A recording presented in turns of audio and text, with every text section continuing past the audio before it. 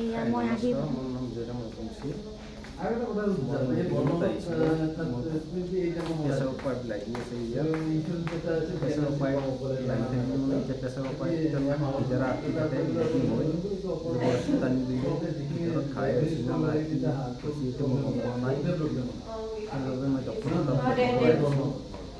বাইদেউজনী আহিছে মোক সহায় কৰিবলৈ আগবাঢ়ি গতিকে বাইদেউৰ সাহস মই আহিছোঁ।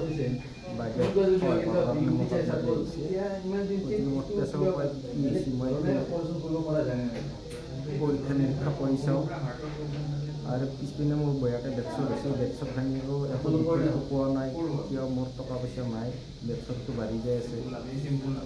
টকাৰ কাৰণে ডেস্কতটো মই ভাগ কৰিব পৰা নাই। গতিকে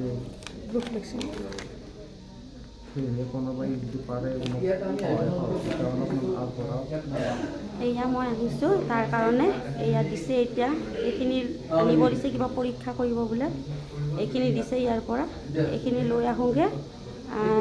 মই চাওঁ কিমান দূৰ আগুৱাই লৈ যাব পাৰোঁ, তাক মই কিমান সহায় কৰিব পাৰোঁ।